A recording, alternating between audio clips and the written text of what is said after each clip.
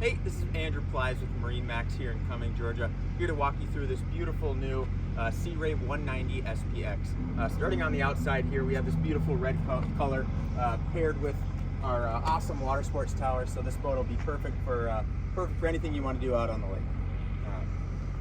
Moving back here to the swim platform, this entire boat is equipped with sea deck throughout. This really makes it a comfortable feel on the feet. And allows you to have a more of a non-skid surface. Sitting here in the back, we do have a flip down swim platform, so this will lower in the water and make getting on the boat a lot easier. Moving on to the boat, we have a ladder coated with your sea deck on the hatch. All right, let's climb aboard this beautiful 19 SPX and show you what it has in store on the inside. Starting off here in the bow, we have this gorgeous wraparound seating with bolsters on the sides with beautiful custom stitching all done by hand by Sea Ray, paired with our Fusion audio system.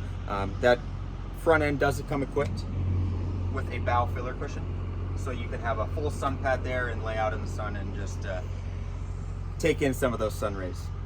Here in the cockpit, we have this really unique forward and aft facing seat, storage throughout, and then this boat is equipped with a Mercury